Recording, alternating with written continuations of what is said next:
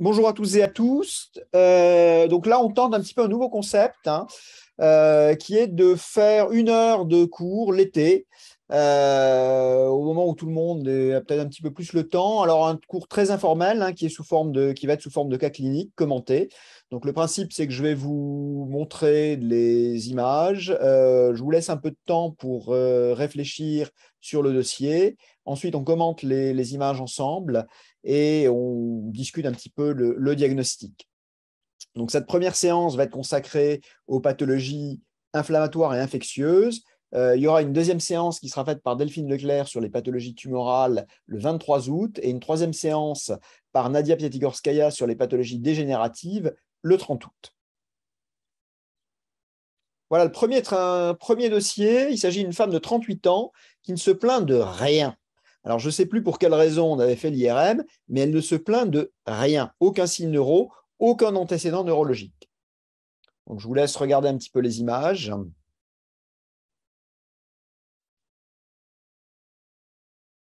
Donc, on a des lésions de la substance blanche, vous l'avez vu, qui vont être à la fois périventriculaires, perpendiculaires au ventricule et sous-corticales.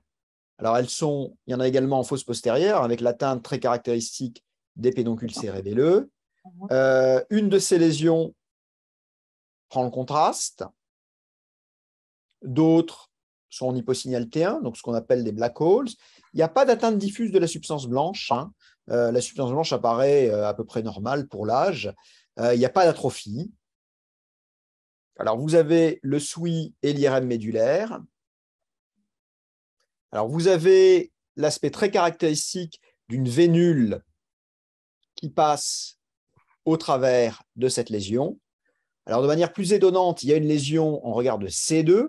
Alors, le grand classique, c'est dans la sclérose en plaques où assimiler toutes les lésions médulaires parlent. Manifestement, ce n'est pas le cas, au point qu'on s'est même demandé si vraiment c'était une lésion inflammatoire, si ce n'était pas autre chose. Donc, on a suivi cette patiente. Et vous avez la forme quand même assez caractéristique en anneau ouvert avec une lésion sans réel effet de masse. On peut se demander si on n'a pas toute petite voussure de la morale, mais aucune de ces lésions, en réalité, n'exerce d'effet de masse notable.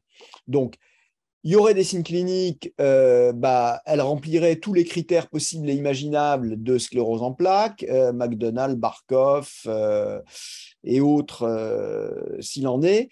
Mais là, il n'y a pas de signe clinique. Donc, vous êtes devant un tableau qui est caricatural d'une imagerie de sclérose en plaques avec une patiente qui ne se plaint d'absolument rien. Donc, on est devant ce qu'on appelle un syndrome radiologiquement isolé, qui est connu sous l'abréviation de RIS, Radiologically Isolated Syndrome.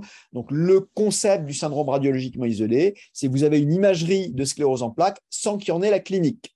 Alors, on va chercher vraiment dans tous les coins pour essayer d'aller gratter un petit syndrome neurologique. Est-ce qu'il y a 10 ans, elle n'a pas fait des paresthésies du gros orteil ou des… Parce que vous comprenez que ça pose un vrai problème de prise en charge. Donc, la fréquence augmente avec la multiplication des examens d'imagerie. La gravité de ce que vous allez voir en imagerie va être variable. Ça peut être soit, dans le cas minimaliste, un hypersignal qui va ressembler furieusement à un hypersignal de CEP, rond, ovalaire, perpendiculaire au ventricule ou sur les pédoncules cérébelleux, voire ça peut aller jusqu'à la forme de cette patiente, 2 prises de contraste, un tableau de… Vous diriez déjà que c'est une CEP relativement évoluée. Évidemment, il ne faut pas conclure à sclérose en plaques dans le compte rendu. Et la prise en charge va être très débattue. Est-ce qu'on traite, est-ce qu'on ne traite pas? Pour traiter, vous avez le fait que vous êtes devant une atteinte cérébrale destructrice. Ces lésions, on sait très bien que ces lésions de sclérose en plaques, petit à petit, elles détruisent des neurones. Il est montré que ces malades vont avoir une atrophie qui va s'installer petit à petit, qui est beaucoup plus rapide que chez les gens du même âge. Donc, il y a vraiment une atteinte destructrice du cerveau que si on ne traite pas, finalement, on va observer ces gens détruire petit à petit leur cerveau. Les médicaments, maintenant, ont montré un vrai potentiel pour soigner la maladie. Donc, on a des traitements qui sont efficaces. Ce qu'on fait finalement dans ce cas-là, c'est qu'on traite une image pas un symptôme. Et ces traitements sont certes très efficaces, mais ils sont également associés à une quantité d'effets secondaires non négligeables. Si vous donnez des immunomodulateurs, bon, il y a pas trop d'effets secondaires, mis à part un petit peu des syndromes grippaux. Si vous commencez à donner des traitements immunosuppresseurs, et on est maintenant, à l'heure actuelle, amené à traiter certains de ces syndromes radiologiques isolés par des traitements extrêmement actifs, là, vous prenez le risque des complications liées au traitement, le plus connu d'entre eux étant la leucoencéphalopathie multifocale progressive avec le Tysabri. Donc, qu'est-ce qu'on fait? On est quand même dans une logique de traiter les gens. C'est-à-dire que vous avez une image isolée de type syndrome cliniquement isolé, un petit hypersignal qui ressemble à une CEP, c'est des gens qu'on va essayer de rassurer, qu'on va plutôt surveiller. Il y a une proportion non nulle de ces gens-là qui ne vont pas évoluer vers une CEP maladie. Si vous avez par contre un tableau de CEP typique avec des prises de contraste, des lésions qui augmentent sur les examens de suivi, là, on a tendance à traiter exactement comme s'ils étaient cliniquement symptomatiques. Et c'est des gens qui, dans les mois ou les années qui suivent, vont finir, en règle générale, dans l'immense majorité des cas, par développer des symptômes. Alors, homme de 38 ans, bilan d'une atteinte des noyaux gris. Donc, vous avez une atteinte des noyaux gris, bilatérale, asymétrique, sans vraiment effet de masse, en flair. N'oubliez pas de tout regarder. Tout regarder. Et qu'est-ce qu'il ne faut pas louper sur cet examen? C'est le fait que vous avez un hypersignal du globe oculaire droit qui traduit une uvéite extrêmement active et inflammatoire. Alors, vous avez le T1-GADO, le SWI, l'angioveineuse, la diffusion. Sur le T1, après injection, vous avez des prises de contraste diffuses. Le plus intéressant, bien sûr, là-dessus, ça va être le T2 étoile. Alors, la clinique, il n'avait pas grand-chose, il se plaignait surtout de son uvéite. Donc, vous avez des veines qui apparaissent augmentées de volume en hyposignal SWI avec des petites zones de saignement. Donc, une atteinte vénulaire, à la fois congestive et hémorragique.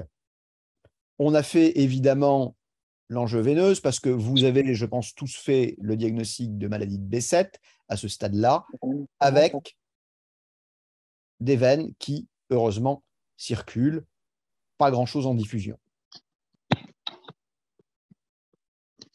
Donc, le neuro B7, le signe caractéristique, c'est une imagerie qui est souvent assez caricaturale. Vous allez avoir une atteinte profonde qui va être centrée sur le mésencéphale et sur la capsule interne. Ça prend le contraste. Il n'y a pas d'anomalie en diffusion, c'est vraiment œdémateux et c'est de l'ischémie veineuse, avec cet aspect très caractéristique de microhémorragie et d'atteinte vénulaire. Alors, en règle générale, c'est des malades qui vont avoir une atteinte ophtalmologique associée. Vous allez retrouver en France cette prédilection pour les patients originaires du bassin méditerranéen. C'est vrai que c'est très souvent des gens du pourtour méditerranéen, aussi bien Europe qu'Afrique du Nord. Par contre, il y a quand même une différence épidémiologique assez nette entre le B7 en Europe, en tout cas en France, et en Afrique du Nord. Je ne sais pas pourquoi, il doit y avoir des facteurs environnementaux qui jouent là-dessus, mais les thromboses veineuses sont vraiment très rares chez les malades qu'on va diagnostiquer en France. Moi, en 25 ans de neuroradio, j'en ai jamais vu de thrombose veineuse extensive. Par contre, ma collègue de Tunis me disait que là, c'était vraiment archi fréquent en Tunisie, les thromboses veineuses chez les malades qui ont des B7. Donc, c'est les mêmes malades, curieusement, mais quand ils sont en France, ils vont beaucoup plus faire ces atteintes inflammatoires au niveau des noyaux gris. Quand ils sont en Afrique du Nord, ils vont faire plus volontiers des thromboses, des gros collecteurs veineux.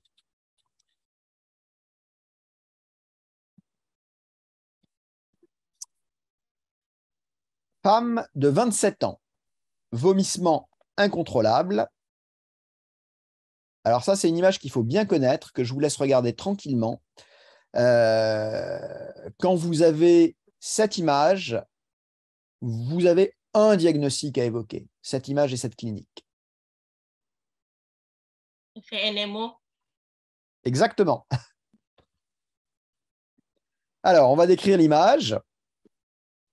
On a un hypersignal au niveau du plancher du quatrième ventricule, à la face inférieure du quatrième ventricule, qui est en hypersignal flair, hypersignal T2, très linéaire comme ça, pas vraiment d'effet de masse, une prise de contraste. Et cette zone-là, c'est ce qu'on appelle l'area post-tréma. C'est vraiment ce qui va être impliqué dans les vomissements. Donc, vous avez fait en effet le diagnostic de syndrome des AQP4 ou neuromyélite optique ou maladie de De Vic, hein, c'est les noms qu'on va retrouver. Alors, c'est connu surtout par ces atteintes de névrite optique gravissimes suivies d'atteintes médulaires, avant qu'on ait les traitements immunosuppresseurs qui sont heureusement maintenant très efficaces sur cette maladie. Ce qu'on disait dans le temps, c'est qu'ils sont aveugles en 3 ans, en fauteuil roulant en 6 ans et morts en 9 ans. Donc c'était considéré comme une forme de CEP, mais gravissime et qui ne répondait pas au traitement classique de CEP. Depuis une vingtaine d'années, on a trouvé les anti-MOG, les anti-AQP4, qui ont permis de reclasser cette maladie. Alors cette maladie est connue par l'atteinte des nerfs optiques et de la moelle, mais il faut savoir qu'en réalité, l'atteinte cérébrale est non exceptionnelle et peut même être révélatrice de la maladie. Cette atteinte de l'area post-tréma est révélatrice de la maladie dans 12% des cas. C'est la zone, je dirais, la plus caractéristique. Sinon, c'est autour du 3e et du 4e ventricule. Traitement, une combinaison de corticoïdes et d'immunosuppresseurs. Femme de 54 ans, confusion progressive. Alors, il y a plusieurs slides pour ce dossier. Donc, on a un œdème, essentiellement vasogénique, puisqu'il semble s'arrêter sur le corps calleux, avec un effet de masse, une atteinte qui est très asymétrique, avec une prédominance très nette à gauche, donc en T2 en flair, des lésions micro-hémorragiques en T2 étoile, un aspect en ASL qui est plutôt hypoperfusé. En spectroscopie, pas grand-chose. Choline, créatine normale, NA diminué. Bon, il y a une souffrance cérébrale, donc le NA est diminué. Mais par contre, ce qu'on peut noter quand même, c'est, si vous regardez bien à droite du NA, la présence de lactate. Après injection, on a des prises de contraste leptoméningées diffuses, un petit peu en grappe, beaucoup d'œdème, et toujours cette asymétrie importante. C'est bilatéral, mais ça prédomine très nettement sur le lobe temporal et le lobe pariétal gauche, avec un effet de masse déjà important sur les ventricules. On a fait de l'imagerie de perfusion. Alors, est-ce qu'on peut avoir le PDF? Non seulement vous aurez le PDF, mais le cours sera enregistré et vous aurez l'enregistrement audio-vidéo du cours. Donc, en RCBV, donc volume sanguin, on a quelque chose qui est hypoperfusé. Alors, excusez-moi, là, je me suis trompé, ce n'est pas RCBF, c'est time to peak. Il y a un ralentissement vasculaire. Et K2, donc c'est la carte de perméabilité capillaire. Ce qui va être très intéressant, c'est que dans ces régions, on n'a pas d'hypervascularisation, plutôt la prise de contraste est vraiment due à une atteinte vasculaire et une fuite vasculaire. Donc vous avez dans la région prenant le contraste versus dans la zone saine contralatérale. Alors maintenant, je vous laisse réfléchir un peu au diagnostic qu'on va discuter ensemble.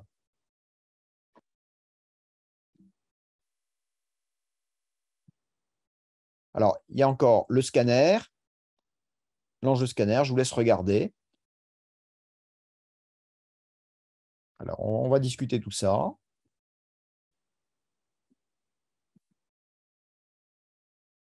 Alors, vous avez des vaisseaux qui, en distalité, apparaissent un peu irréguliers. Ce n'est pas très spécifique, mais ils sont un petit peu irréguliers. Toujours de l'œdème, hein. Une atteinte, alors, qui est vraiment sur le blanc. Vous dites lésion gliale, il y a un truc qui ne colle pas, c'est que vraiment le gris semble en partie épargné, vous avez quelque chose qui est très œdématé. Le gliome, à moins vraiment que vous ayez un glioblastome avec beaucoup d'œdème, c'est beaucoup moins œdémateux que ça. Le gliome, il aurait par exemple infiltré le corps calleux. Lymphome, ça fait partie des diagnostics à évoquer. Mais ce qu'on a évoqué, c'est neurosarcoïdose. Vous avez l'atteinte leptoménagée. Le problème pour le diagnostic de neurosarcoïdose, c'est que vous avez un œdème qui est souvent moins important. Vous n'avez pas d'atteinte vasculaire dans la neurosarcoïdose. La tuberculose, toujours évoquée devant des prises de contraste comme ça ménagées. Vous avez des prises de contraste qui sont en grappe avec une atteinte vasculaire qui est fréquente, mais l'atteinte vasculaire de la tuberculose, ça va surtout être au niveau des artères cérébrales moyennes et des gros troncs, pas tellement comme ça dans la distalité. Vous n'avez pas d'hydrocéphalie, qui est quand même quelque chose qui est la règle sur ce qui serait une tuberculose ménagée très extensive comme ça. Vous n'avez pas de nécrose non plus, donc ça ne colle pas non plus. Un presse syndrome, un SVCR, a évoqué devant l'œdème, la prédominance postérieure, l'atteinte vasculaire. Le problème, c'est que même si on peut voir des atteintes leptoménagées, ces atteintes sont généralement peu importantes. On peut voir des petites prises de contraste leptoménagées, mais pas des prises de contraste extensives, étendues. L'amyloïdose cérébrale, pourquoi? Oui, vous avez de l'hémorragie de l'œdème, mais ça ne va pas donner comme ça des atteintes vasculaires. Et le dernier diagnostic à évoquer, alors le lymphome, c'est les lymphomes ménagés. Ça peut être évoqué, mais il n'y a pas d'atteinte comme ça vasculaire aussi. Ce que vous devez évoquer devant comme ça un gros œdème et une atteinte très asymétrique avec des lésions hémorragiques et des prises de contraste, une atteinte vasculaire, c'est la vascularite cérébrale primitive. Alors la vascularite cérébrale primitive, c'est une maladie rare, difficile à diagnostiquer. Ça, c'est vraiment ce que je vous ai montré, c'est le tableau le plus évocateur de vascularite cérébrale. C'est-à-dire une vaste plage d'œdème cortico-cortical, asymétrique, c'est vraiment, alors que on dit c'est une atteinte vasculaire, curieusement, c'est très asymétrique en règle générale, la vascularite, avec plus ou moins des zones de micro-saignement ou d'ADC diminué, plus ou moins des prises de contraste leptoménagées. Alors, l'aspect en artériaux, c'est l'aspect classique en chapelet de saucisse des vaisseaux. Le problème, c'est que cet aspect, il est aspécifique. Dans le PRES, dans le syndrome de vasoconstriction réversible, vous avez également cet aspect en chapelet de saucisse. Le diagnostic formel, c'est la biopsie cérébroménagée, sachant que, pareil, cet examen va être à la fois peu sensible et peu spécifique. Chez ce malade qui a une grosse atteinte ménagée, là, la biopsie cérébroménagée avait de bonnes chances d'être positive et était en effet positive. Ça répond généralement bien aux traitements immunosuppresseurs, mais c'est des malades qui sont suivis à vie avec des rechutes qui sont loin d'être exceptionnelles. Alors, femme de 28 ans, HIV positive, roumaine, de milieu extrêmement défavorisé, installation d'une démence rapide. Alors, je vous montre la première IRM réalisée le 28 novembre 2018. Regardez bien, les signes là sont vraiment extrêmement subtils. Alors, si vous regardez bien, est-ce que vous voyez quelque chose? Ouais, hypersignal du thalamus gauche. Tout à fait. Il y a un petit hypersignal du thalamus gauche. Pas vraiment de prise de contraste et rien d'autre. Mais elle commence à être très dégradée sur le plan cognitif. Examen de contrôle 3 semaines après. Donc, vous avez une atteinte extensive du gris frontal et des noyaux gris. Un processus qui évolue extrêmement vite. Alors, la première chose qu'on aurait pu évoquer, c'est la maladie de Creutzfeldt-Jakob, mais vous avez un aspect qui est trop œdémateux pour la maladie de Creutzfeldt-Jakob. Mais là, on est à l'évidence devant un tableau d'encéphalite. Alors, les hypothèses évoquées avaient été auto-immunes ou infectieuses, Et là, le diagnostic a été fait à la biopsie cérébrale et c'est ce qu'on appelle la panencéphalite sclérosante subaiguë. Donc une maladie terrible qui est due au virus de la rougeole. Un point important, elle ne peut pas être causée par le vaccin. Donc le vaccin vous protège de la panencéphalite sclérosante subaiguë. Ça survient en moyenne 8 à 10 ans après l'infection initiale. Le risque est augmenté en cas d'infection dans la petite enfance et c'est une maladie épouvantable avec une évolution qui est rapidement fatale en quelques semaines ou quelques mois. Et ça débute, comme chez cette malade, dans les lobes frontaux. Et malheureusement, il n'y a absolument aucun traitement qui existe pour ralentir ou arrêter l'évolution de la maladie. La seule chose à faire, c'est la prévention par le vaccin, qui là, pour le coup, vous protège complètement de la possibilité de faire cette atteinte.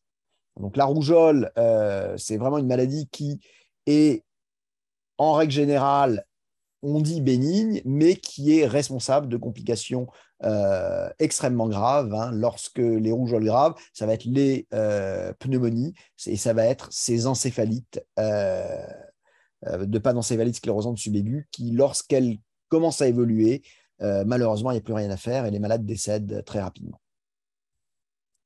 Femme de 75 ans en cours de chimiothérapie pour un lymphome cérébral. Céphalée brutale à 4 heures du matin. Le scanner, bon, je prends ma garde à 9 heures du mat et la malade arrive, elle est bien, elle a un peu mal à la tête. On fait le scanner. Je vous laisse regarder attentivement les images. Un dossier difficile. Hein. Alors, première question que je vous pose, thrombose veineuse, non, les veines sont bien. Insulaire antérieure, non, pas exactement. Qu'est-ce que vous faites? Qu'est-ce que vous devez faire? La première chose à faire, c'est quoi? C'est évidemment faire remonter du PAX le scanner qu'elle avait eu quelques jours avant. Est-ce que vous voyez quelque chose maintenant? Majoration de la dilatation des ventricules latéraux, oui, c'est le premier signe, mais il y a encore autre chose. Hypodensité de la substance blanche, il y était déjà, hein. Mais en effet, elle s'est majorée. Mais il n'y a pas que ça. Regardez bien. Regardez bien ces images. Ça ressemble à quoi, ça? Ça y était pas. Là, vous êtes là. C'est apparu. Infection. En effet, des images en cocarde, on doit tout de suite évoquer la pathologie infectieuse. Donc, qu'est-ce qu'on fait? On rentre immédiatement la malade dans l'IRM. Et vous avez ces images en cocarde, ADC diminué, hyposignal T2, et ces résonances situées à gauche du NA. Quelle est, dans ce contexte, l'hypothèse à évoquer en priorité? On est chez une malade qui est en cours de chimio pour un lymphome cérébral. Qu'est-ce qu'il faut craindre dans ce cas-là? Il faut tout de suite y penser. Pyogène ou fongique? Exactement. Fongique, lequel particulièrement? C'est l'aspergillose cérébrale. Tout à fait. Bravo.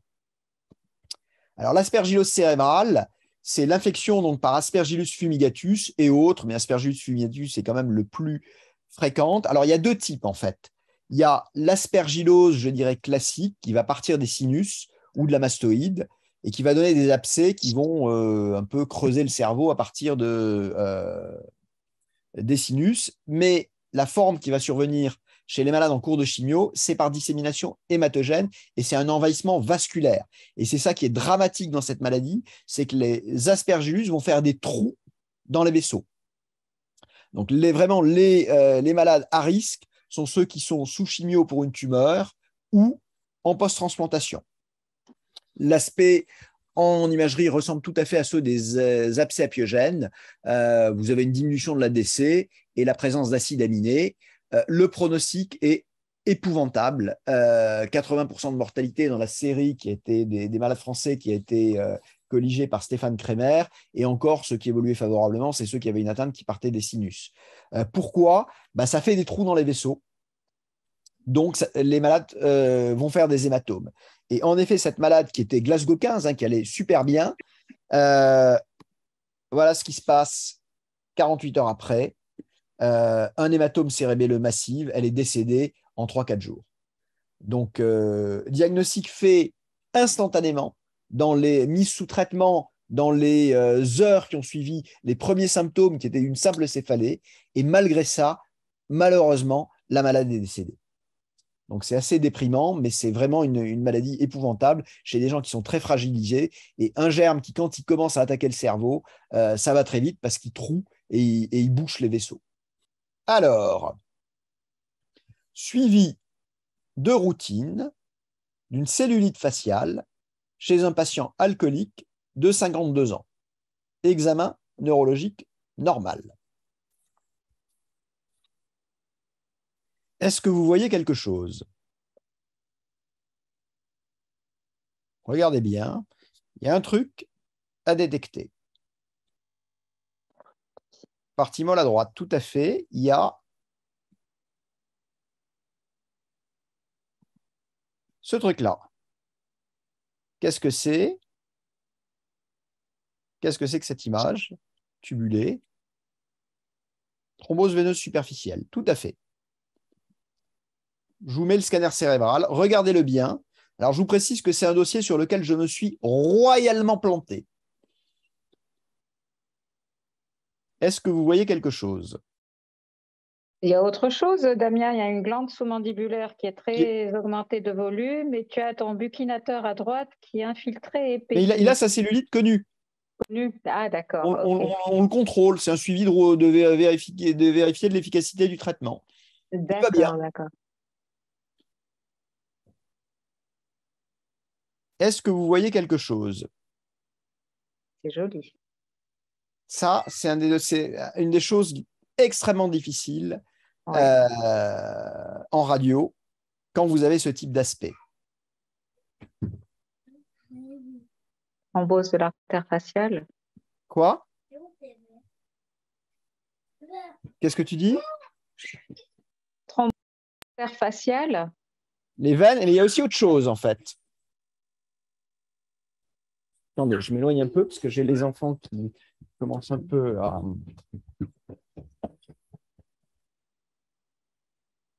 Il y a autre chose. Oui, le sinus caverneux. Laisse papa travailler. Est-ce que vous voyez quelque chose? C'est difficile celui-là. Attends. Il est très difficile. Alors là, moi, j'ai rien vu. J'ai rien vu. J'ai le. Il n'y a pas. Là-dessus,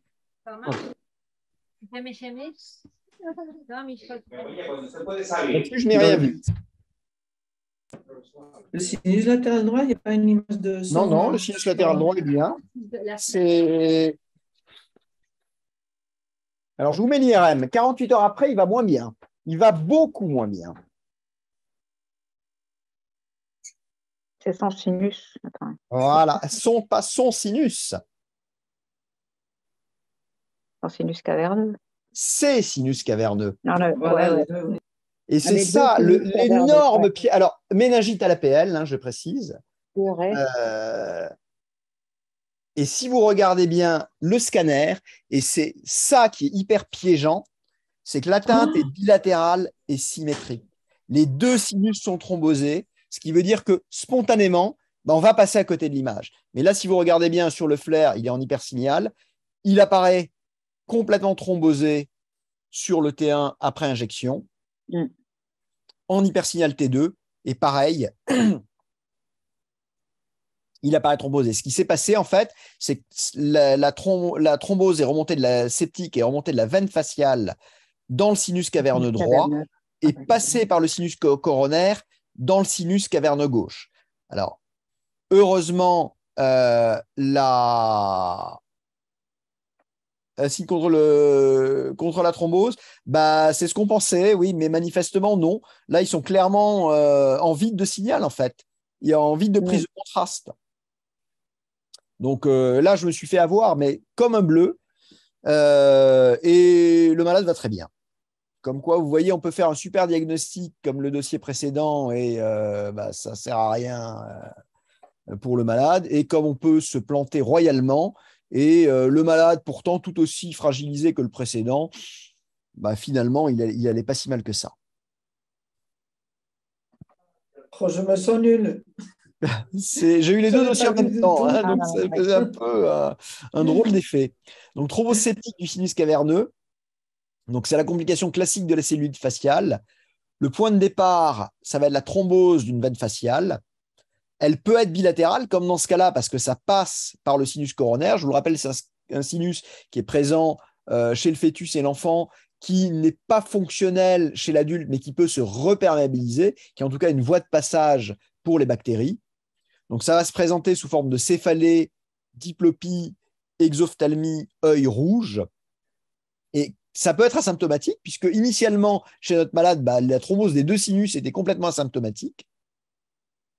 Principale complication, méningite et encéphalite. L'usage des anticoagulants est controversé. On ne sait pas s'il faut en est ou pas. Oui, c'est une thrombose. Contre, il y a la crainte que ça contribue à faire diffuser l'infection. Là, je reconnais que j'ai absolument aucune opinion là-dessus et aucune idée de ce qui est fait en fonction des équipes.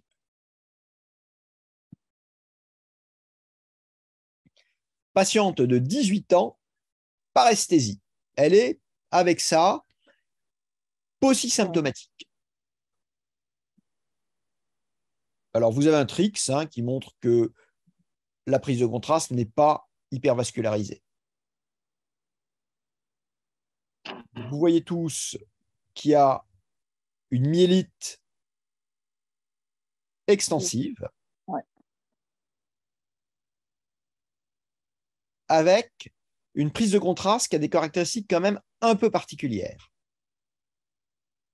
Elle est extrêmement intense, alors que les prises de contraste dans les maladies inflammatoires sont généralement beaucoup moins intenses et au contraire plus étendues, mais elle est très intense, très nodulaire, pas hypervascularisée. Alors, qu'est-ce qu'on peut discuter comme diagnostic là-dessus? Donc, on est devant une myélite cervicale qui va être atypique. Pourquoi? Parce qu'elle est très étendue, mais la symptomatologie est limitée. Dans les maladies style De Witt, quand vous avez ce type de myélite, là, vous êtes para ou tétraplégique. Là, elle a juste des paresthésies. La prise de contraste est intense, mais de petite taille, nodulaire. Donc, les diagnostics à évoquer, myélite transverse ou De Witt. Vous avez une discordance clinique et la prise de contraste n'est pas évocatrice. On a bien entendu évoqué la tumeur là-dessus, en particulier l'hémangioblastome, c'est pour ça qu'on avait fait un trix. Mais il n'y avait pas d'hypervascularisation. Et le diagnostic, par contre, auquel il faut vraiment penser devant ce type d'image, c'est une image qui est très évocatrice, en fait. C'est quelque chose auquel on ne pense pas vraiment, qui est la toxocarose médulaire. C'est quoi ça? Alors, la toxocarose, c'est une infection à Toxocara canis. Donc, c'est un parasite, un ver, c'est une anthropozoonose, une maladie du chien normalement, une helminthiase. Alors, on dit ver, les gens vont dire oh là là, ça, c'est pas pour nous, c'est des. Non, ça existe et c'est vraiment, ça reste fréquent, y compris dans les pays développés.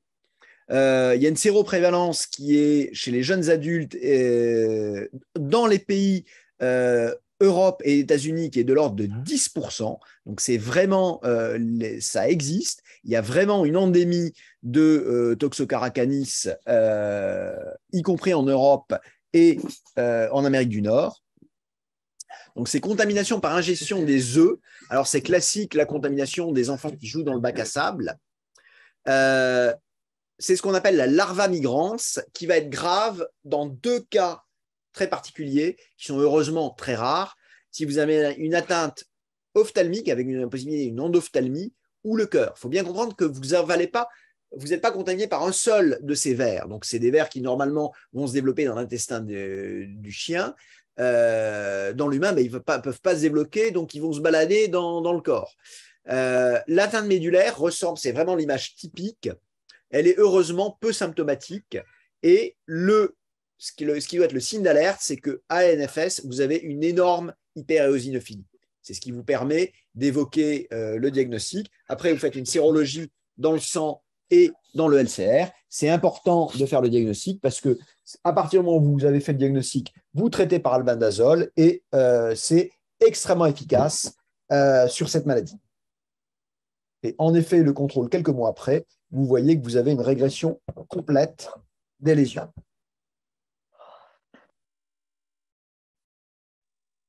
Homme de 58 ans, antécédent de lymphome en rémission, zona il y a 3 semaines, apparition d'une diplopie et de douleur de l'œil droit.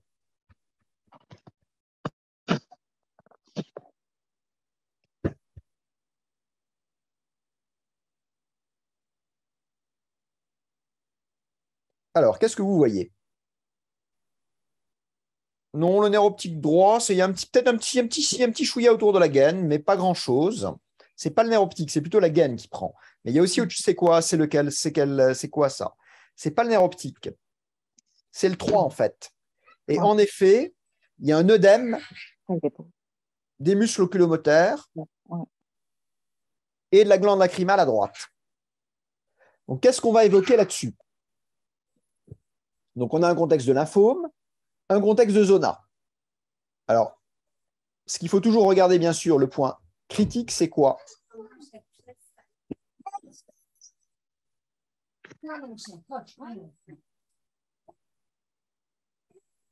Le point important à regarder, c'est le chiasma.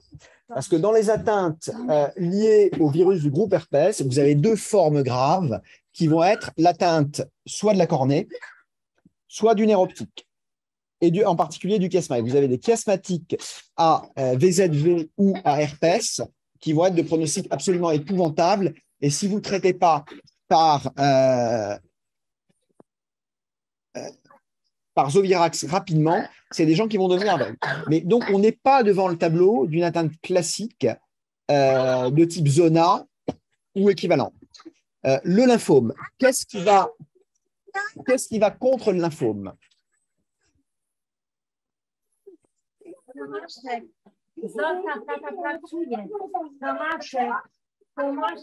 Alors, je suis désolé, les enfants sont un peu actifs.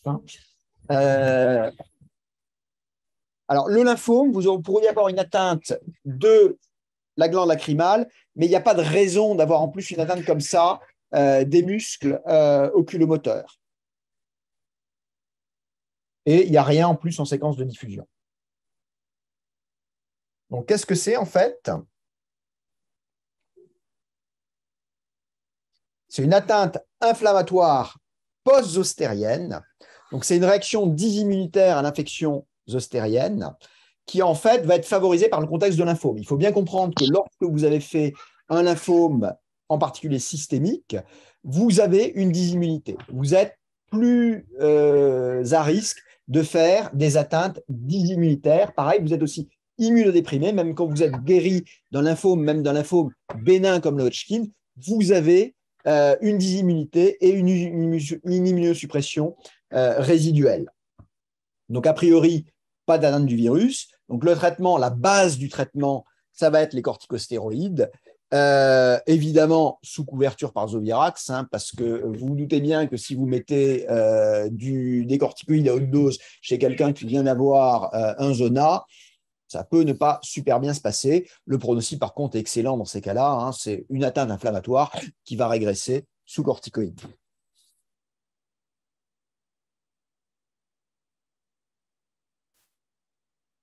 Alors, femme de 45 ans, traitement d'un anévrisme carotidien gauche le mois précédent, apparition d'une hémiparésie.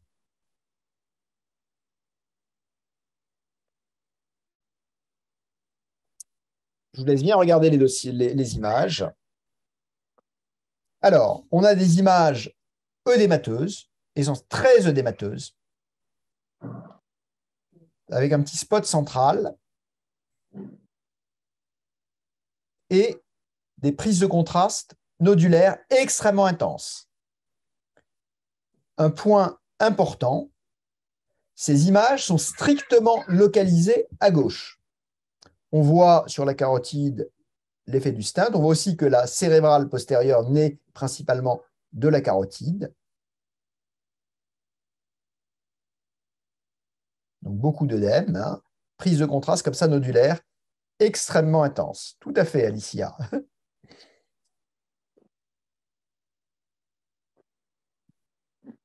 Un élément négatif, il n'y a pas d'anomalie en diffusion.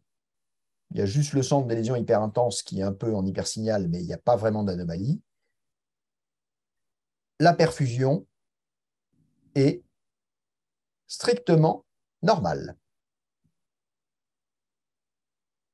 Donc ça, c'est quelque chose qu'il faut connaître. Ça s'appelle un Non-Ischemic Contrast Enhancement, ou NICE. C'est une complication rare des embolisations qui va survenir quelques semaines après le geste. Ça ne survient pas tout de suite, c'est vraiment retardé. Il faut attendre plusieurs semaines avant que ça survienne. La malade, j'ai regardé, ça faisait à peu près 4 semaines qu'elle avait été embolisée. C'est des prises de contraste intenses, nodulaires, avec un énorme œdème vasogénique. Et le point qui va faire le diagnostic, c'est que ça survient que dans le territoire de l'artère embolisée. Si vous avez embolisé la carotide droite, ça surviendra dans le territoire carotidien droit. Si vous avez embolisé la carotide gauche, ça surviendra dans le territoire carotidien gauche. La symptomatologie va être très variable. Le mécanisme évoqué, c'est un mécanisme de type allergique. Soit au nickel, qui est le composé le plus généralement mis en avant, soit aux autres composés du coil et du stent. C'est une maladie assez nouvelle, hein. Donc du coup, le traitement n'est pas vraiment standardisé, mais généralement, on va donner des corticoïdes. Atteinte inflammatoire on donne des corticoïdes. Il y a tout un tas d'autres traitements, immunosuppresseurs, échanges plasmatiques, enfin plein de trucs qui ont été essayés, mais en règle générale, ça répond relativement bien aux corticoïdes, avec une évolution qui va être en règle générale, heureusement, favorable. Voilà. Est-ce que vous avez des questions, des remarques? Non, la remarque, c'est que c'est merveilleux comment tu as tout présenté. C'était génial. Merci, Damien. Merci, Damien. Donc, ça a été enregistré. Vous aurez, grâce à Oléa, ils vous mettront à disposition l'enregistrement du cours. Super, merci, Damien. Voilà, ben, il ne me reste plus qu'à vous souhaiter une bonne soirée et rendez-vous le 23 pour le cours suivant. Au revoir.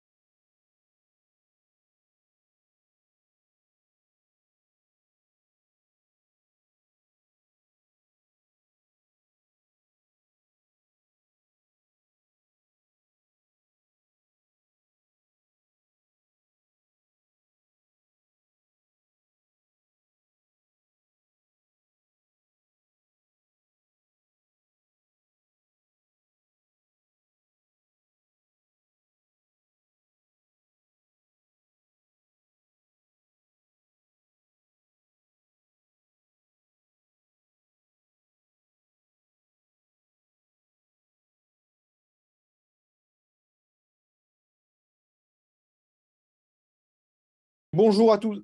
Bonjour à tous et à tous. Donc là, on tente un petit peu un nouveau concept, hein, qui est de faire 1 heure de cours l'été, au moment où tout le monde a peut-être un petit peu plus le temps. Alors, un cours très informel, hein, qui va être sous forme de cas cliniques commentés. Donc, le principe, c'est que je vais vous montrer les images. Je vous laisse un peu de temps pour réfléchir sur le dossier. Ensuite, on commente les images ensemble et on discute un petit peu le diagnostic. Donc, cette première séance va être consacrée aux pathologies inflammatoires et infectieuses. Il y aura une deuxième séance qui sera faite par Delphine Leclerc sur les pathologies tumorales le 23 août et une troisième séance par Nadia Piatigorskaya sur les pathologies dégénératives le 30 août.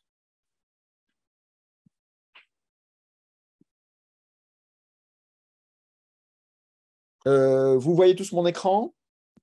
Oui, Oui. ah non, pas encore. Mais tu as commencé à partager. Là, on le voit. Voilà. Alors, voilà un premier dossier. Il s'agit d'une femme de 38 ans qui ne se plaint de rien. Alors, je ne sais plus pour quelle raison on avait fait l'IRM, mais elle ne se plaint de rien. Aucun signe neuro, aucun antécédent neurologique. Donc, je vous laisse regarder un petit peu les images.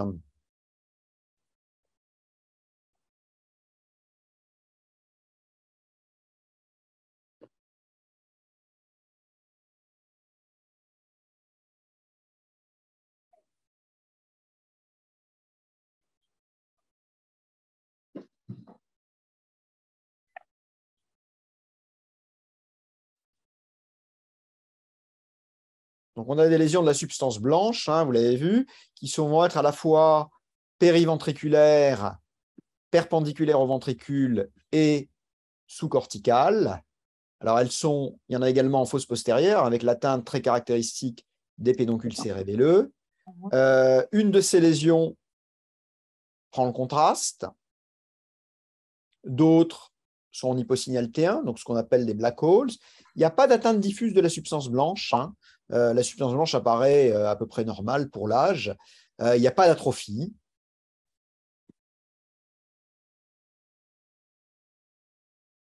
Alors, vous avez le SWI et l'IRM médulaire.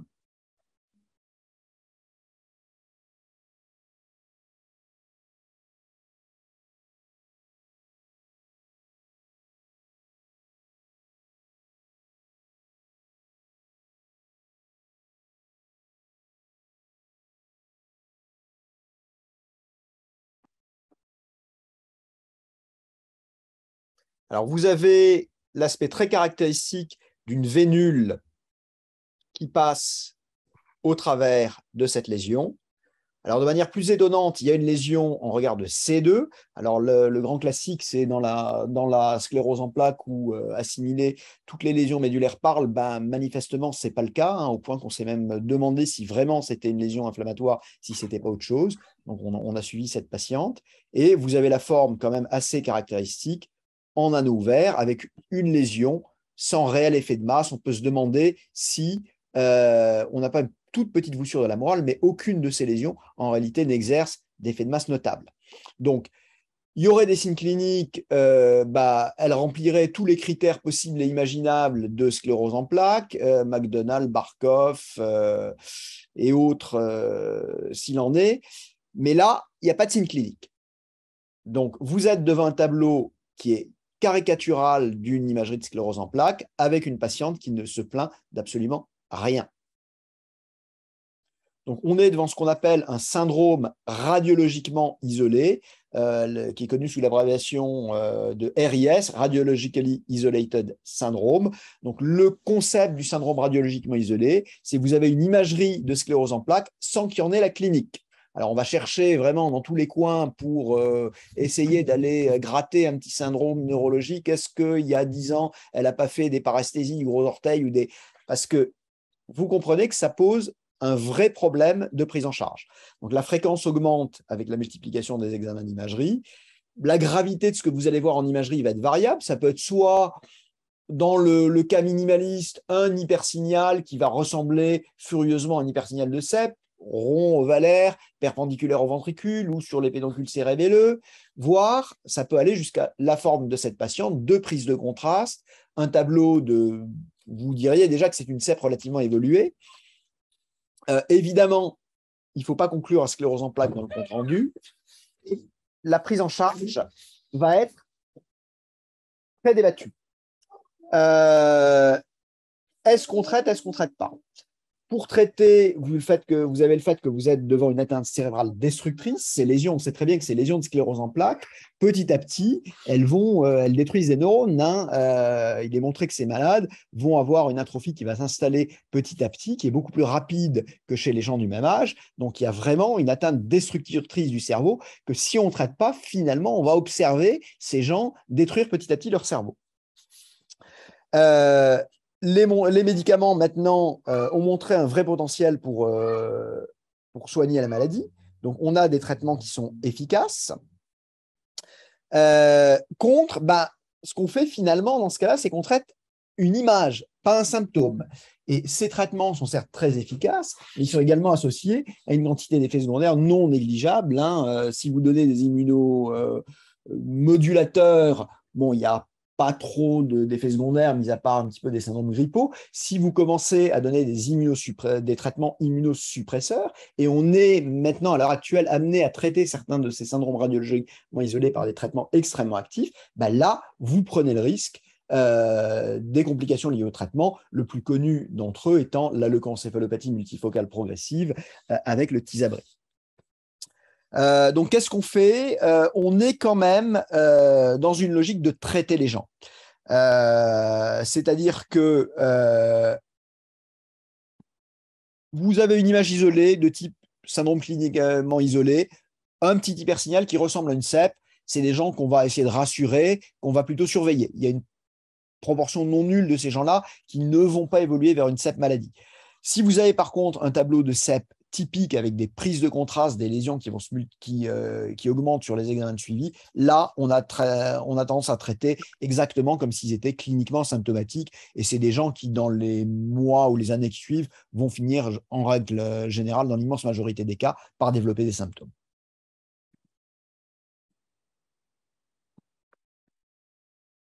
Alors, homme de 38 ans, bilan d'une atteinte des noyaux gris.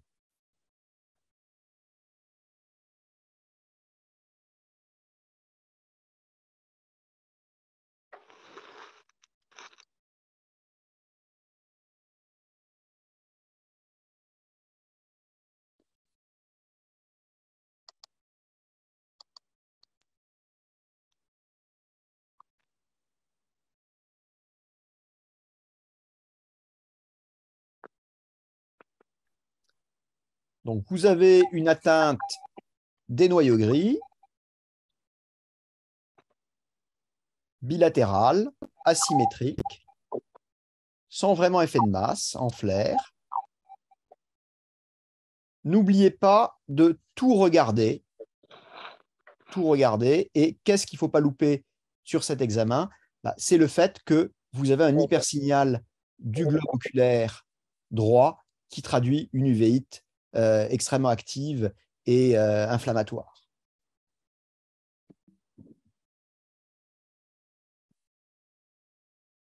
Alors, vous avez le Teringado, le SWI, l'angioveineuse, la diffusion.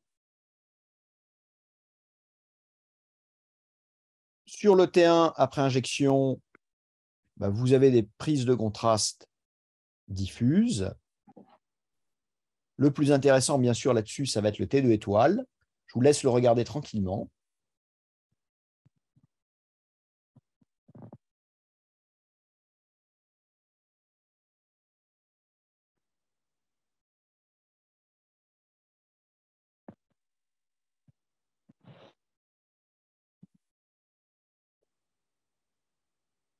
Alors, la clinique, il n'avait pas grand-chose, il se plaignait surtout de son uvéite. Donc, vous avez des veines qui apparaissent augmentées de volume en hyposignal SWI avec des petites zones de saignement. Donc, une atteinte vénulaire, à la fois congestive et hémorragique. On a fait évidemment l'enjeu veineuse parce que vous avez, je pense, tous fait le diagnostic de maladie de B7 à ce stade-là, avec des veines qui, heureusement, circulent, pas grand-chose en diffusion. Donc, le neuro B7, le signe caractéristique, c'est une imagerie qui est souvent assez caricaturale. Vous allez avoir une atteinte profonde qui va être centrée sur le mésencéphale et sur la capsule interne. Ça prend le contraste. Il n'y a pas d'anomalie en diffusion, c'est vraiment œdémateux et c'est de l'ischémie veineuse, hein, avec cet aspect très caractéristique de microhémorragie et d'atteinte vénulaire. Alors, en règle générale, c'est des malades qui vont avoir une atteinte ophtalmologique associée. Vous allez retrouver en France cette prédilection pour les patients originaires du bassin méditerranéen. C'est vrai que c'est très souvent des gens du pourtour méditerranéen, aussi bien Europe qu'Afrique du Nord. Par contre, il y a quand même une différence épidémiologique assez nette entre le B7 en Europe, en tout cas en France, et en Afrique du Nord. Je ne sais pas pourquoi, il doit y avoir des facteurs environnementaux qui jouent là-dessus, mais les thromboses veineuses sont vraiment très rares chez les malades qu'on va diagnostiquer en France. Moi, en 25 ans de neuroradio, j'en ai jamais vu de thrombose veineuse extensive. Par contre, ma collègue de Tunis me disait que là, c'était vraiment archi fréquent en Tunisie, les thromboses veineuses chez les malades qui ont des B7. Donc, c'est les mêmes malades, curieusement, mais quand ils sont en France, ils vont beaucoup plus faire ces atteintes inflammatoires au niveau des noyaux gris. Quand ils sont en Afrique du Nord, ils vont faire plus volontiers des thromboses, des gros collecteurs veineux.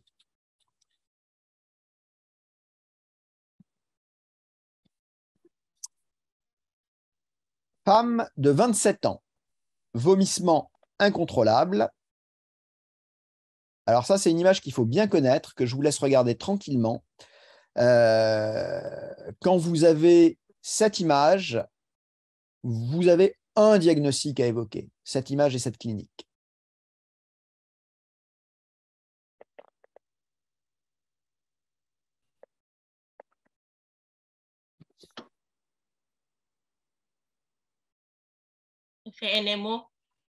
Exactement. Alors, on va décrire l'image. On a un hypersignal au niveau du plancher du quatrième ventricule, à la face inférieure du quatrième ventricule, qui est en hypersignal flair, hypersignal T2, très linéaire comme ça, pas vraiment d'effet de masse, une prise de contraste. Et cette zone-là, c'est ce qu'on appelle l'area post-tréma. C'est vraiment ce qui va être impliqué dans les vomissements. Donc, vous avez fait en effet le diagnostic de syndrome des AQP4 ou neuromyélite optique ou maladie de De Vic, hein, c'est les noms qu'on va retrouver.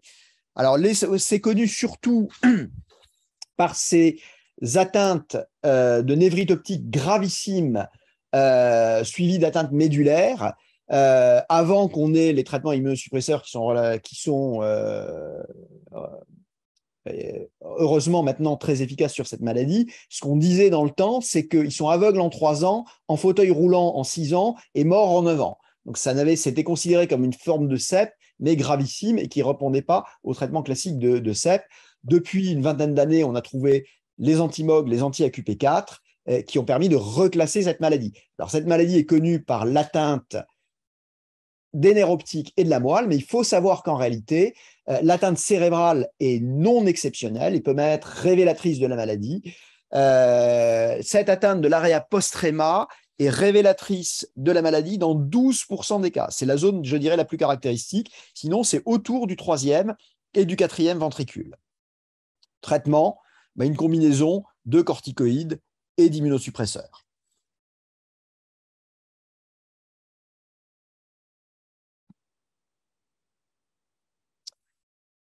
Femme de 54 ans, confusion progressive.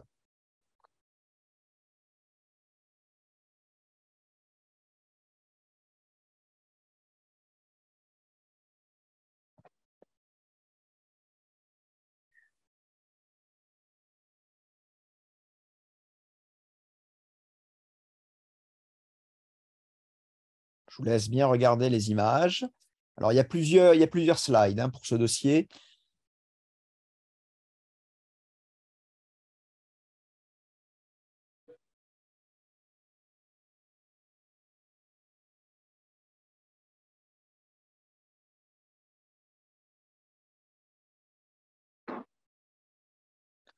Donc, on a un œdème,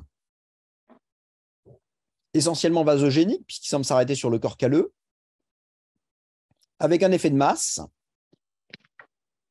une atteinte qui est très asymétrique, avec une prédominance très nette à gauche, donc en T2 en flair, des lésions micro-hémorragiques en T2 étoile, un aspect en ASL qui est plutôt hypoperfusé. En spectroscopie, pas grand-chose. Hein. Choline, créatine normale, NA diminué. Bon, il y a une souffrance cérébrale, donc le NA est diminué. Mais par contre, ce qu'on peut noter quand même, c'est, si vous regardez bien à droite du NA, la présence de lactate.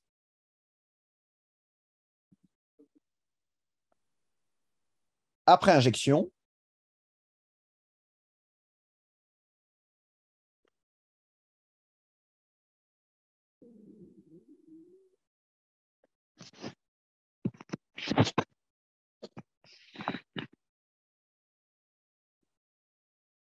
on a des prises de contraste leptoméningées diffuses, un petit peu en grappe, beaucoup d'œdème, hein, et toujours cette asymétrie importante. C'est bilatéral, mais ça prédomine très nettement sur le lobe temporal et le lobe pariétal gauche, avec un effet de masse déjà important sur les ventricules. On a fait de l'imagerie de perfusion. Je vous laisse bien la regarder. Hein.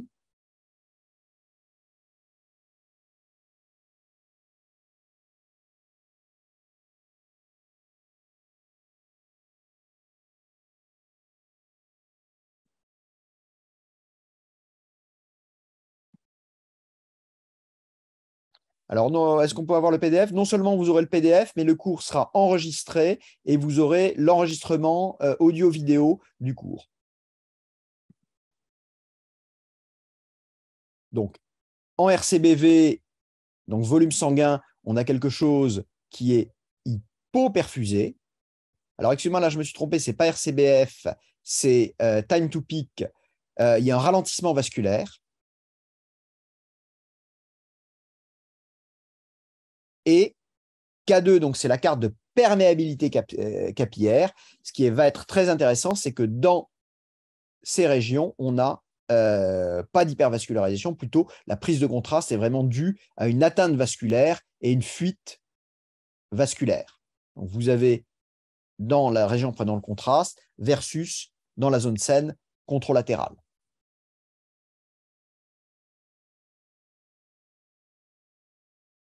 Alors maintenant, je vous laisse réfléchir un peu au diagnostic qu'on va discuter ensemble.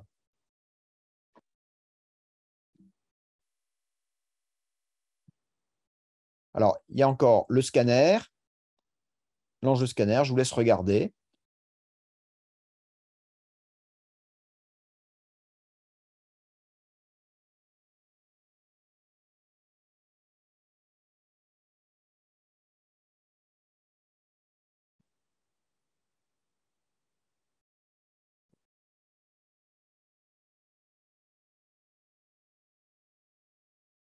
Alors, on va discuter tout ça.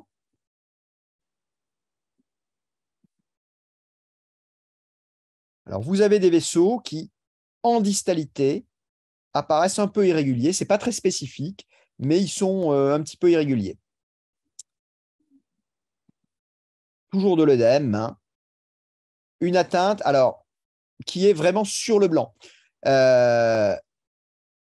Vous dites lésion gliale, il y a un truc qui ne colle pas, c'est que vraiment le gris semble en partie épargné, vous avez quelque chose qui est très œdématé. Le gliome, à moins vraiment que vous ayez un glioblastome avec beaucoup d'œdème, c'est beaucoup moins œdémateux que ça.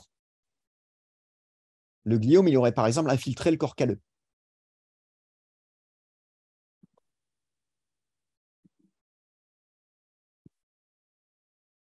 Lymphome, ça fait partie des diagnostics à évoquer. Mais ce qu'on a évoqué, c'est neurosarcoïdose. Vous avez l'atteinte leptoménagée. Le problème pour le diagnostic de neurosarcoïdose, c'est que vous avez un œdème qui est souvent moins important. Vous n'avez pas d'atteinte vasculaire dans la neurosarcoïdose. La tuberculose, toujours évoquée devant des prises de contraste comme ça ménagées. Vous avez des prises de contraste qui sont en grappe avec une atteinte vasculaire qui est fréquente, mais l'atteinte vasculaire de la tuberculose, ça va surtout être au niveau des artères cérébrales moyennes et des gros troncs, pas tellement comme ça dans la distalité. Vous n'avez pas d'hydrocéphalie, qui est quand même quelque chose qui est la règle sur ce qui serait une tuberculose ménagée très extensive comme ça. Vous n'avez pas de nécrose non plus, donc ça ne colle pas non plus. Un Press syndrome, un SVCR, a évoqué devant l'œdème, la prédominance postérieure, l'atteinte vasculaire. Le problème, c'est que même si on peut voir des atteintes leptoménagées, ces atteintes sont généralement peu importantes. On peut voir des petites prises de contraste leptoménagées, mais pas des prises de contraste extensives, étendues.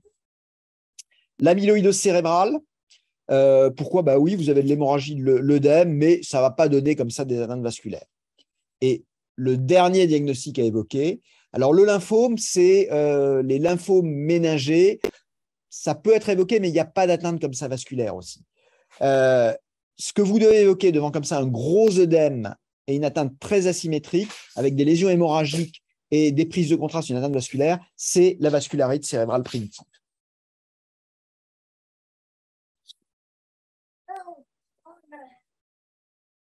Alors, la vascularite cérébrale primitive, c'est une maladie rare, difficile à diagnostiquer.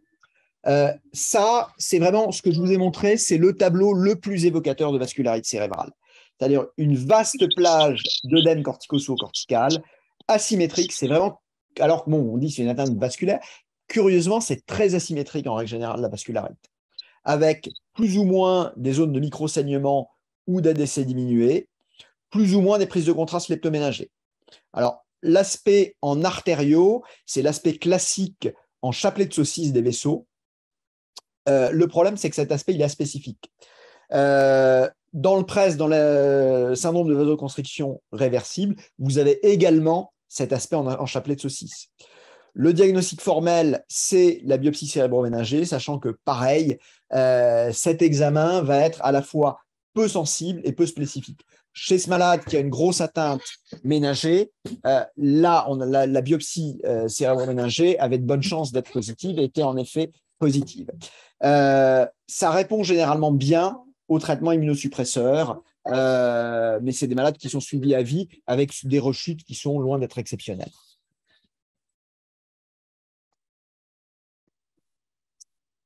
Alors, femme de 28 ans, HIV positive, roumaine, de milieu extrêmement défavorisé, installation d'une démence rapide. Alors, je vous montre la première IRM réalisée le 28 novembre 2018. Regardez bien, les signes là sont vraiment extrêmement subtils.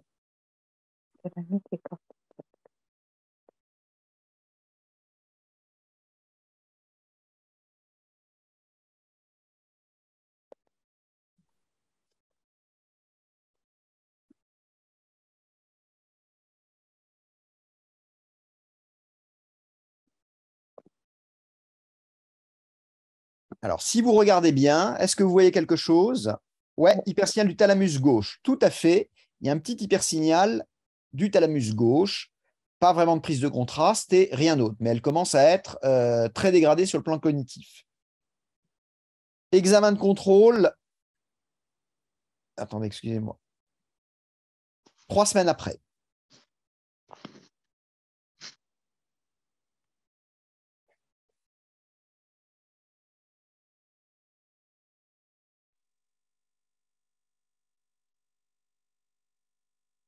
Donc, vous avez une atteinte extensive du gris, frontal et des noyaux gris, un processus qui évolue extrêmement vite.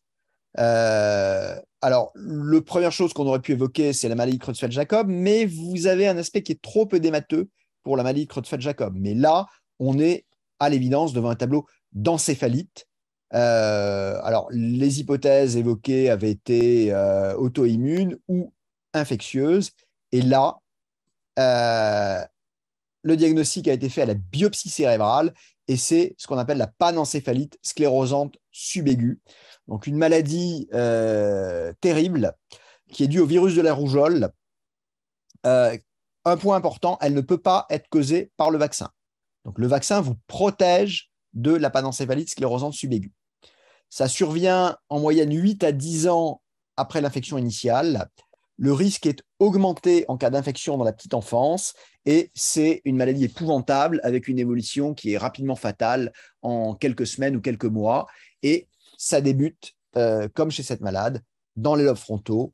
Et malheureusement, il n'y a absolument aucun traitement qui existe pour ralentir ou arrêter l'évolution de la maladie. La seule chose à faire, c'est la prévention par le vaccin, qui là, pour le coup, vous protège complètement de la possibilité de faire cette atteinte. Donc la rougeole, c'est vraiment une maladie qui est, en règle générale, on dit bénigne, mais qui est responsable de complications extrêmement graves. Hein. Lorsque les rougeoles graves, ça va être les pneumonies et ça va être ces encéphalites de panencéphalite sclérosante subaiguë qui, lorsqu'elle commence à évoluer, malheureusement, il n'y a plus rien à faire et les malades décèdent très rapidement. Alors, femme de 75 ans en cours de chimiothérapie pour un lymphome cérébral. Céphalée brutale à 4 heures du matin.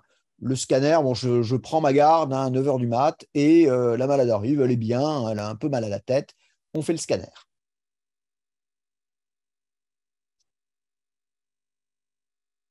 Je vous laisse regarder attentivement les images.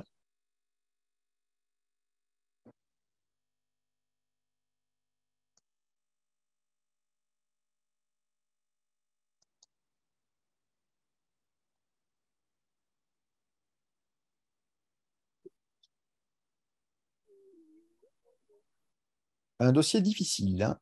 Alors, première question que je vous pose, thrombose veineuse, non, non, non, les veines sont bien.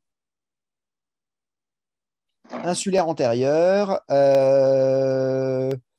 non, pas exactement. Qu'est-ce que vous faites? Qu'est-ce que vous devez faire? La première chose à faire, c'est quoi? Bah, c'est évidemment faire remonter du PAX le scanner qu'elle avait eu quelques jours avant. Est-ce que vous voyez quelque chose maintenant?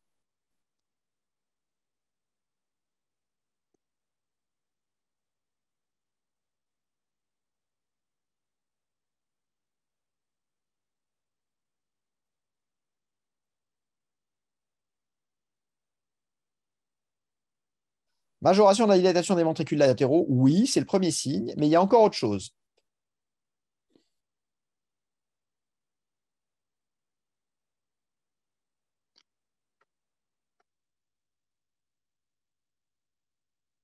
Hypodensité de la substance blanche, il y était déjà. Hein. Mais en effet, elle s'est majorée. Mais il n'y a pas que ça. Regardez bien.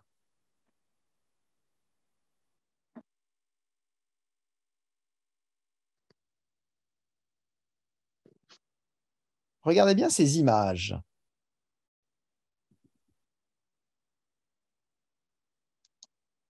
Ça ressemble à quoi, ça? Ça y était pas. Là, vous êtes là. C'est apparu. Infection. En effet, des images en cocarde, on doit tout de suite évoquer la pathologie infectieuse. Donc, qu'est-ce qu'on fait? On rentre immédiatement la malade dans l'IRM.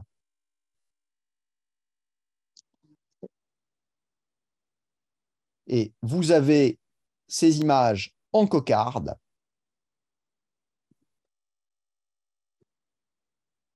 ADC diminué. Hyposignal T2. Et ces résonances situées à gauche du NA. quelle est, dans ce contexte, l'hypothèse à évoquer en priorité? On est chez une malade qui est en cours de chimio pour un lymphome cérébral. Qu'est-ce qu'il faut craindre dans ce cas-là? Il faut tout de suite y penser. Pyogène ou fongique? Exactement. Fongique, lequel particulièrement?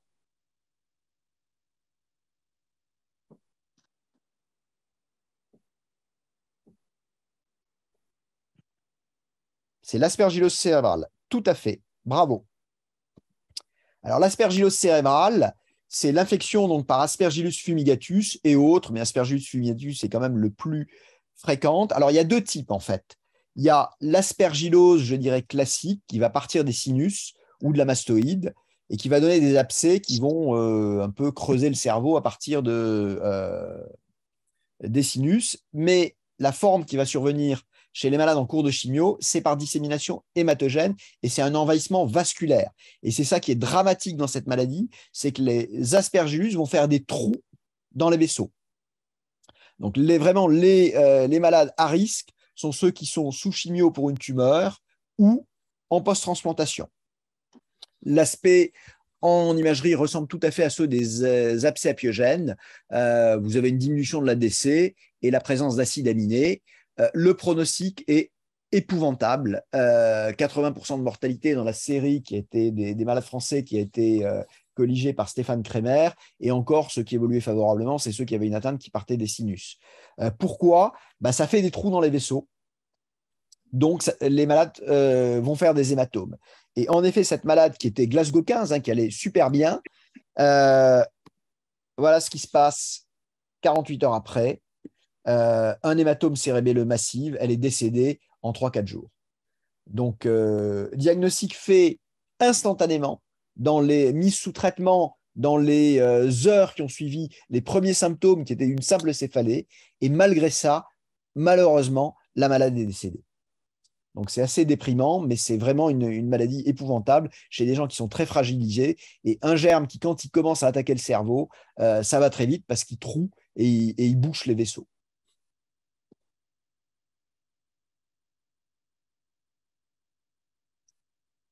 Alors, suivi de routine d'une cellulite faciale chez un patient alcoolique de 52 ans. Examen neurologique normal. Est-ce que vous voyez quelque chose?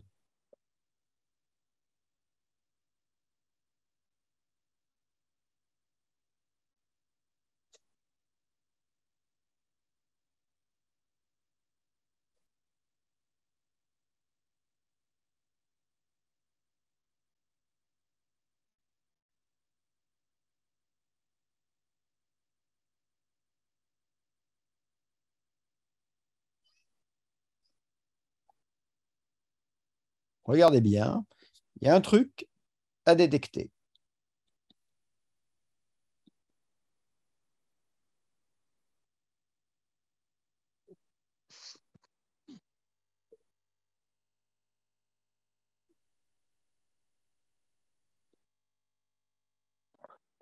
Partie molle à droite, tout à fait. Il y a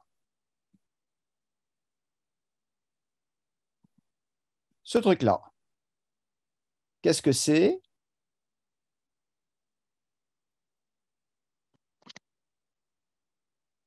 Qu'est-ce que c'est que cette image? Tubulée. Thrombose veineuse superficielle. Tout à fait.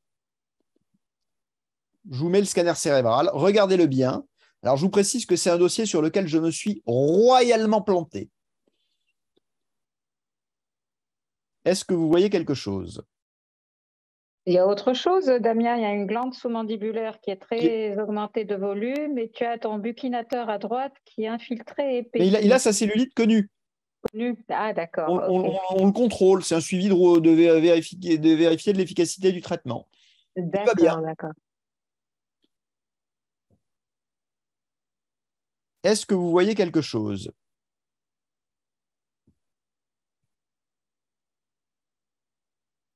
Oui.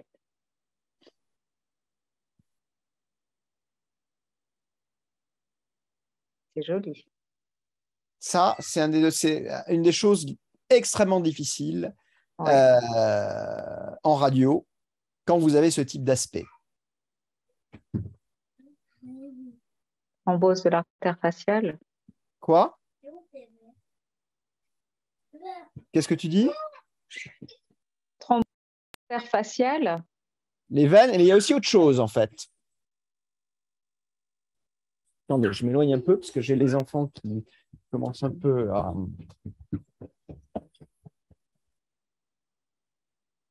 Il y a autre chose. Ouais, le sinus caverneux.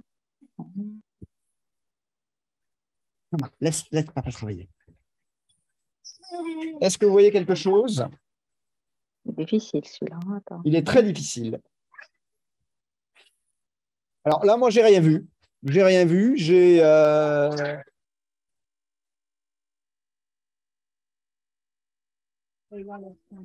le. Il n'y a pas.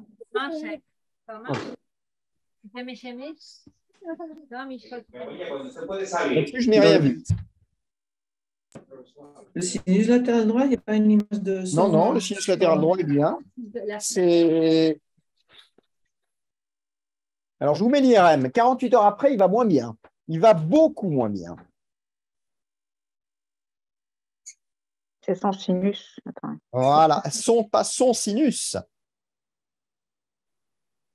Son sinus caverneux. C'est sinus caverneux. Non, Voilà, ouais. les deux. Et c'est les ça, deux sinus caverneux, l'énorme ouais. pied. Alors, méningite à l'APL, je précise. Ouais.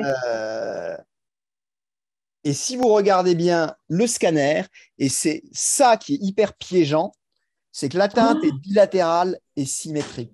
Les deux sinus sont thrombosés, ce qui veut dire que spontanément, on va passer à côté de l'image. Mais là, si vous regardez bien sur le flair, il est en hypersignal. Il apparaît complètement thrombosé sur le T1 après injection, en hypersignal T2, et pareil, il apparaît thrombosé. Ce qui s'est passé, en fait, c'est que la thrombose est remontée de la septique et remontée de la veine faciale dans le sinus caverneux droit et passée par le sinus coronaire dans le sinus caverneux gauche. Alors, heureusement, signe contre la thrombose, c'est ce qu'on pensait, oui, mais manifestement, non. Là, ils sont clairement en vide de signal, en fait. Il y a en vide de prise de contraste. Donc là, je me suis fait avoir, mais comme un bleu, et le malade va très bien.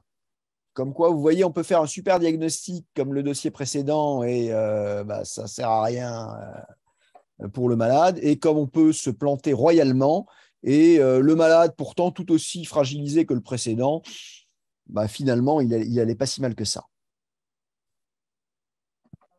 Oh, je me sens nul. J'ai eu les deux dossiers en même temps, donc ça faisait un peu un drôle d'effet.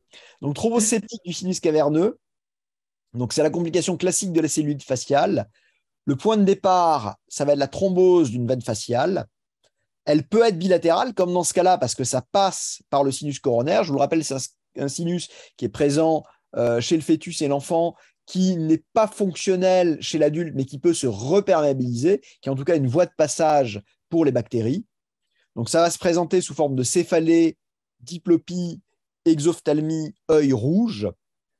Et ça peut être asymptomatique, puisque initialement, chez notre malade, la thrombose des deux sinus était complètement asymptomatique. Principale complication, méningite et encéphalite. L'usage des anticoagulants est controversé. On ne sait pas s'il faut en est ou pas. Oui,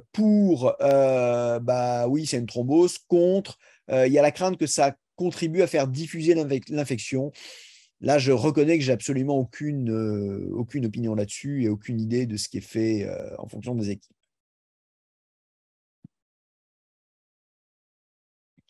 Patiente de 18 ans, paresthésie. Elle est, avec ça, paucisymptomatique.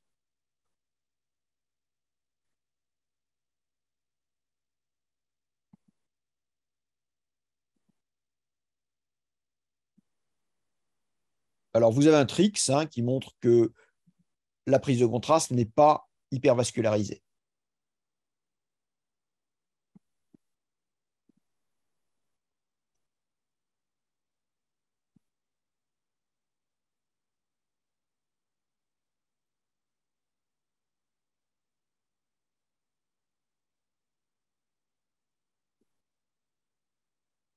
vous voyez tous qu'il y a une myélite extensive Ouais. avec une prise de contraste qui a des caractéristiques quand même un peu particulières. Elle est extrêmement intense, alors que les prises de contraste dans les maladies inflammatoires sont généralement beaucoup moins intenses et au contraire plus étendues, mais elle est très intense, très nodulaire, pas hypervascularisée. Alors, qu'est-ce qu'on peut discuter comme diagnostic là-dessus?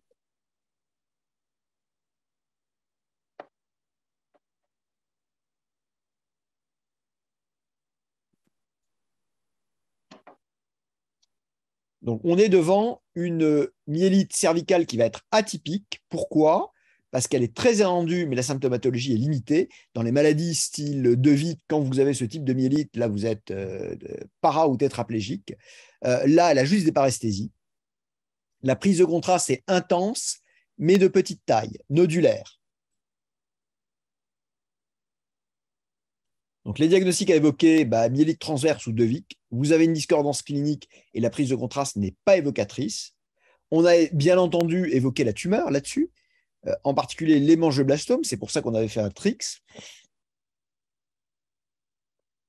Mais il n'y avait pas d'hypervascularisation.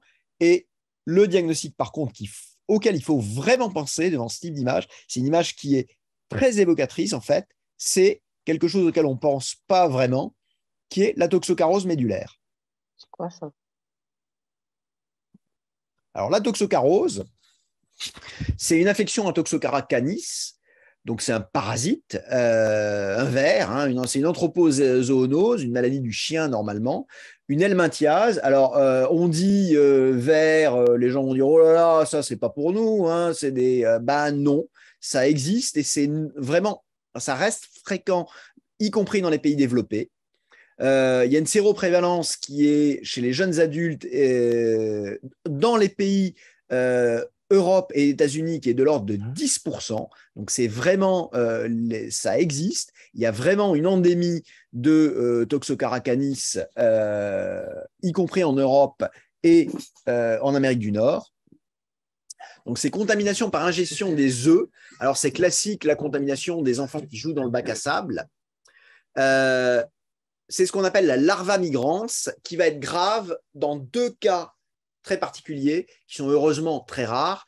Si vous avez une atteinte ophtalmique, avec une possibilité d'une endophtalmie, ou le cœur. Il faut bien comprendre que vous n'avalez pas, vous n'êtes pas contaminé par un seul de ces vers. Donc, c'est des vers qui, normalement, vont se développer dans l'intestin du chien.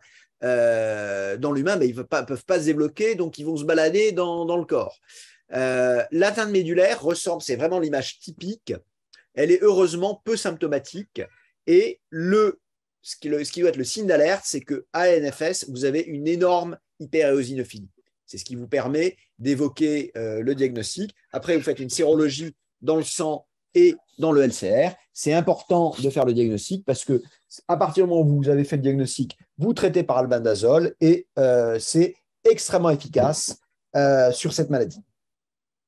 Et en effet, le contrôle quelques mois après, vous voyez que vous avez une régression complète des lésions.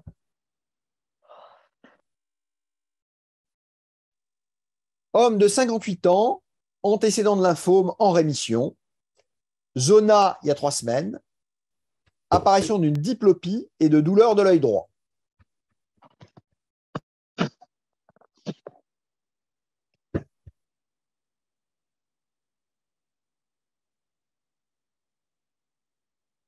Alors, qu'est-ce que vous voyez?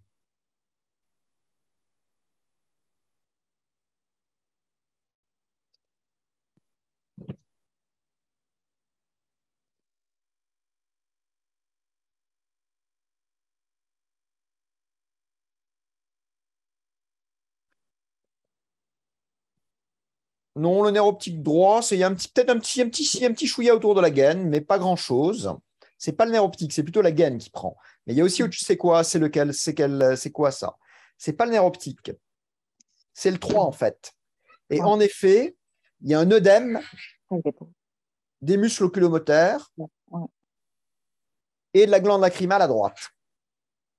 Donc, qu'est-ce qu'on va évoquer là-dessus? Donc, on a un contexte de lymphome, un contexte de zona. Alors, ce qu'il faut toujours regarder, bien sûr, le point critique, c'est quoi?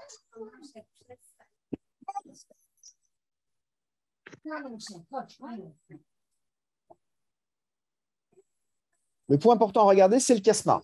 Parce que dans les atteintes liées au virus du groupe herpès, vous avez deux formes graves qui vont être l'atteinte soit de la cornée, soit du nerf optique, et en particulier du chiasma. Et vous avez des chiasmatiques à VZV ou à herpès qui vont être de pronostic absolument épouvantable. Et si vous ne traitez pas par Zovirax rapidement, c'est des gens qui vont devenir aveugles. Mais donc, on n'est pas devant le tableau d'une atteinte classique de type zona ou équivalent. Le lymphome, qu'est-ce qui va contre le lymphome?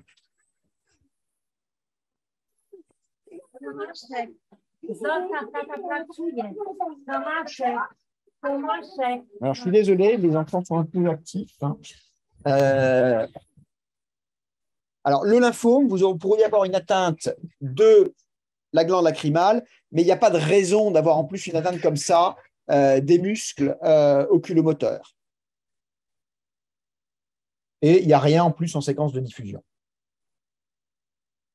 Donc, qu'est-ce que c'est en fait?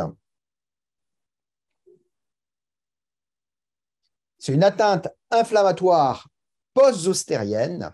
Donc, c'est une réaction dysimmunitaire à l'infection zostérienne qui, en fait, va être favorisée par le contexte de lymphome. Il faut bien comprendre que lorsque vous avez fait un lymphome, en particulier systémique, vous avez une dysimmunité. Vous êtes plus à risque de faire des atteintes dysimmunitaires. Pareil, vous êtes aussi immunodéprimé, même quand vous êtes guéri d'un lymphome, même d'un lymphome bénin comme le Hodgkin, vous avez une dysimmunité et une immunosuppression résiduelle.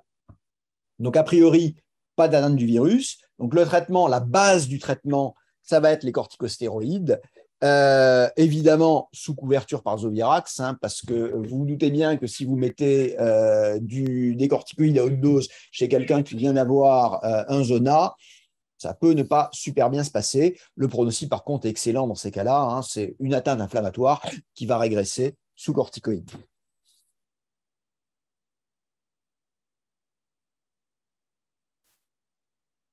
Alors, femme de 45 ans, traitement d'un anévrisme carotidien gauche le mois précédent, apparition d'une hémiparésie.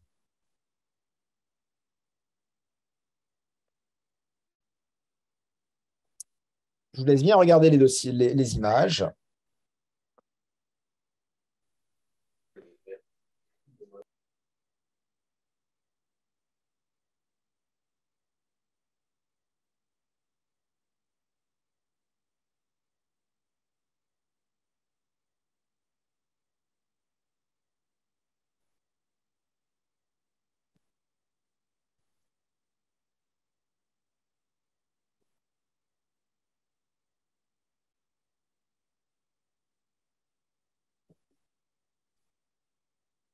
Alors, on a des images œdémateuses, elles sont très œdémateuses,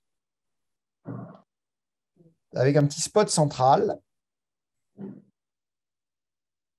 et des prises de contraste nodulaires extrêmement intenses. Un point important, ces images sont strictement localisées à gauche.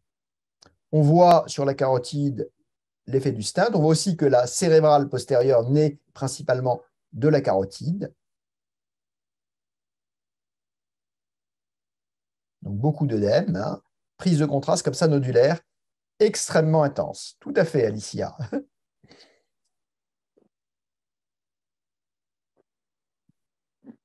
Un élément négatif, il n'y a pas d'anomalie en diffusion. Il y a juste le centre des lésions hyper intenses qui est un peu en hypersignal, mais il n'y a pas vraiment d'anomalie. La perfusion est strictement normale.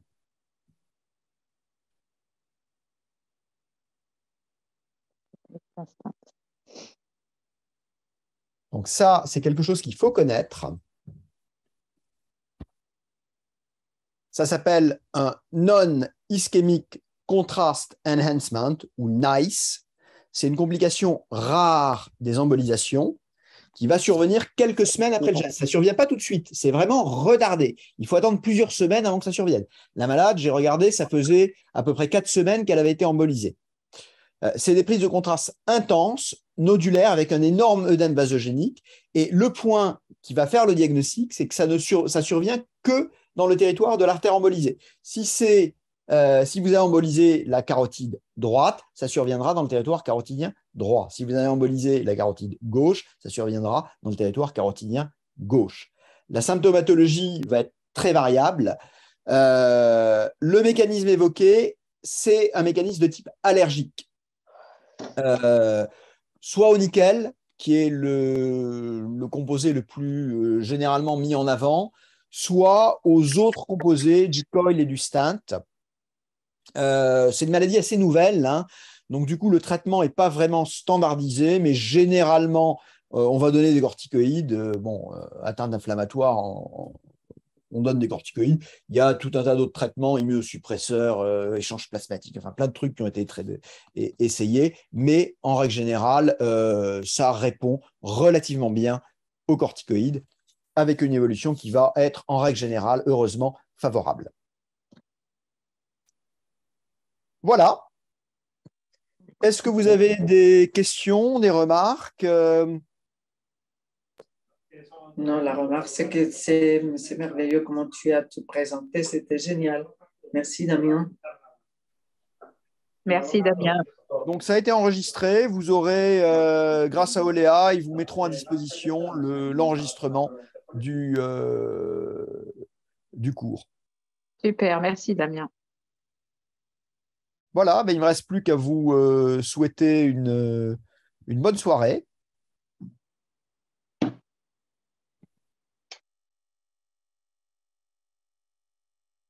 Et rendez-vous le 23 pour le cours suivant. Au revoir.